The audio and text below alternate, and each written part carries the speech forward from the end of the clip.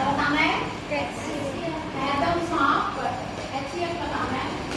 Option है ए, option है 2, B option है ए, सी ऑप्शन है 4 और डी ऑप्शन है। ठीक है, यहाँ से देखो ऑप्शन से ही आप चेक कर सकते हो भाई, 2 के बाद 2 से भी जाते हैं 12 और 20, ठीक है, और 1 से तो जाएंगे, लेकिन हमें सबसे बड़ा वाला देखना है। तो क्या है सबसे बड़े वाला? 4। क्यों? क्योंकि 8 20 से नहीं जाएगा, 12 से तो जाएगा। तो इसका आंसर क्या हो गया? करेक्ट 4। ये इसका करेक्ट ऑप्शन है। ठीक है, ये क्वेश्चन नंबर 2। क्वेश्चन नंबर 2 नाम को देखो क्या है। AX2 जमा BX जमा C किसके अधिकतम मैक्सिमम अधिकतम शून्य बताने हैं। कितनी? A ऑप्शन 2, 3 और D ऑप्शन है 4। इसका भी आपके पास जो करेक्ट ऑप्शन है वो आ जाएगा 2।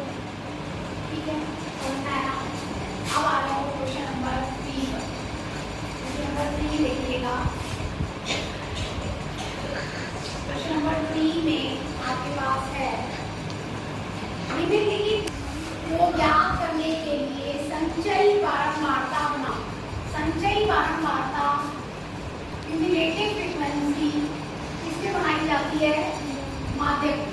ऑप्शन इसमें भी दिए हुए आपको। पहला ऑप्शन है माध्यम, दूसरा ऑप्शन है बहुलक, तीसरा ऑप्शन है परिसर और चौथा ऑप्शन है माध्यम।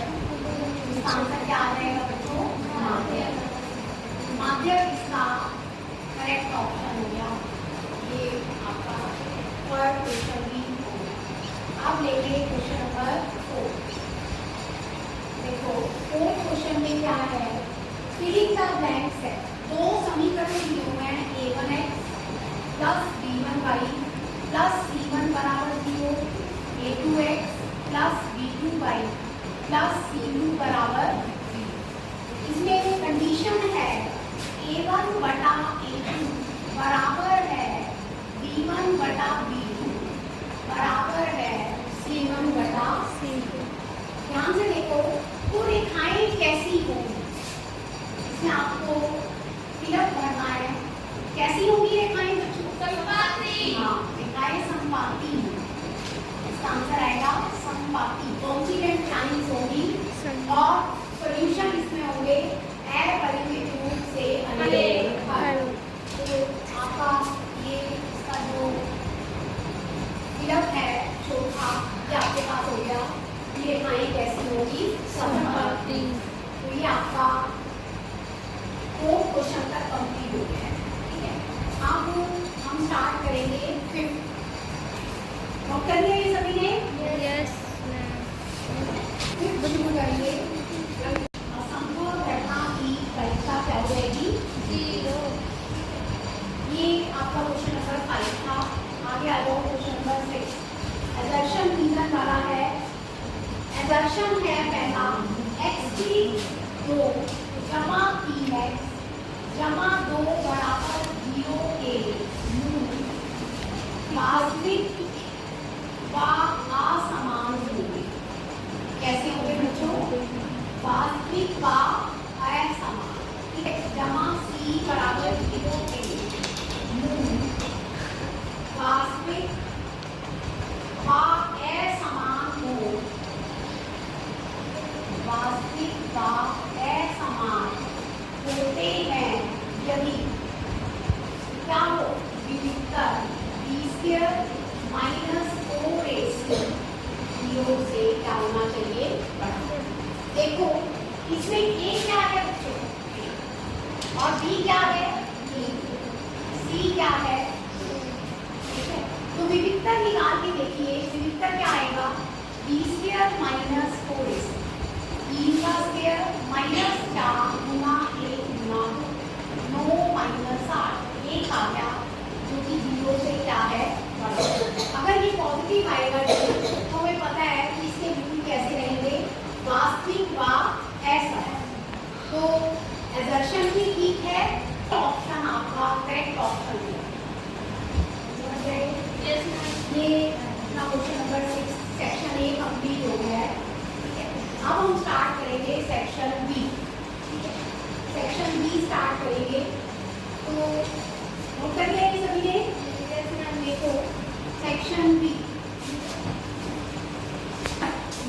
बढ़िया सेक्शन बी 2 मार्क्स वाला स्टार्ट हो गया है।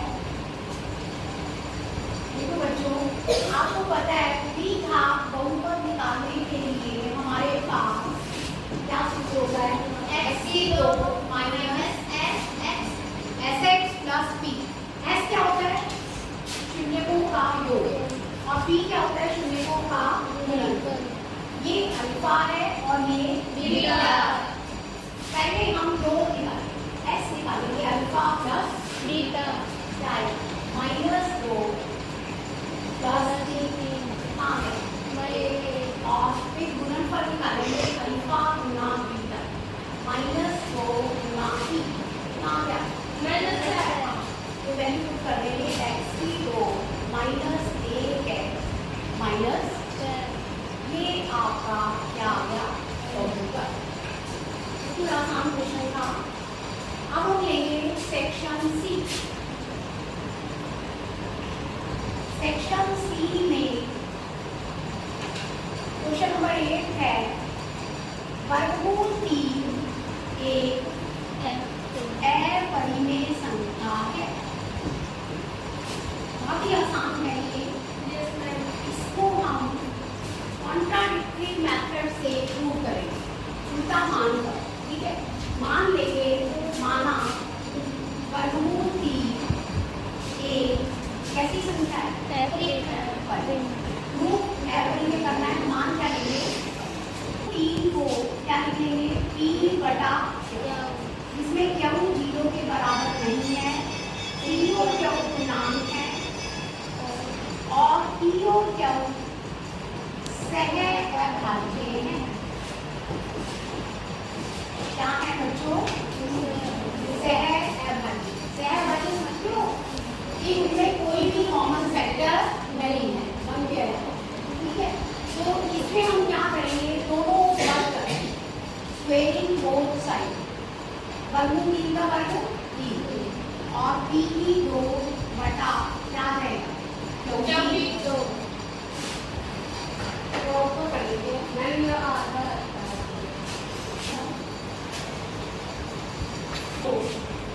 3 से क्या है? विभाज्य है। तो पी भी क्या होगा? 3 से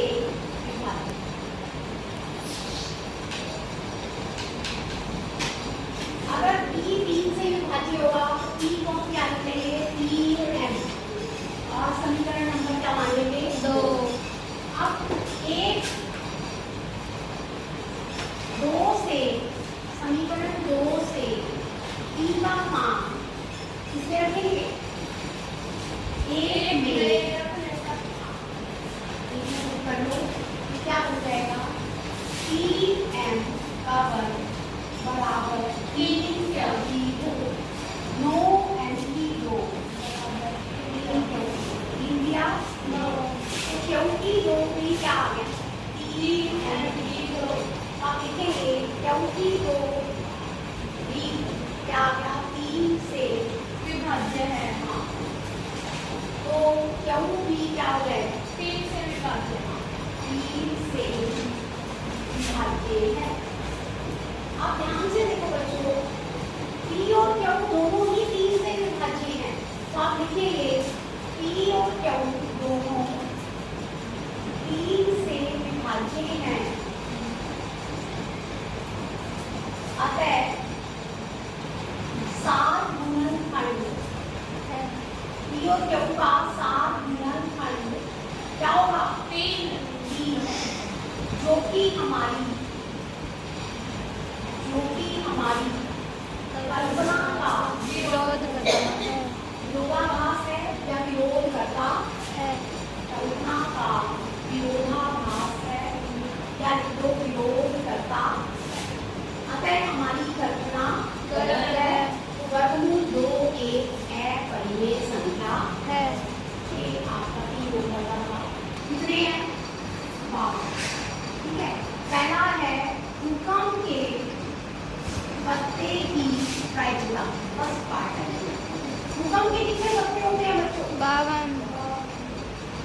हुक्म के कितने पत्ते होते हैं? तो 13/12, 13 जो। सेकेंड पार्ट देखो, लाल रंग का तस्वीर वाला पत्ता, तस्वीर वाले पत्ते की प्राइस।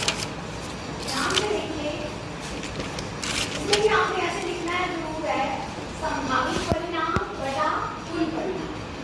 संभावित याद है ना, इसको लिखते थे काफी, संभावित परिणाम बटा कुल परिणाम। कुल तो वही 52 ही है, और तस्वीर वाले टोटल 12 पत्ते होते हैं, आधे लाल और आधे काले, 6 होंगे। 6/12, ये भी आपका कट जाएगा, 2 से कट जाएगा, 2 किया 6, 3/26। तीसरा भाग है एक हीट की बेगम। आपको पता है कुल कितनी बेगम होती है? 4। कितनी बेगम होती है? 4। ईद में कितनी बेगम होगी? ईद में कितनी बेगम होगी? एक ही होगी।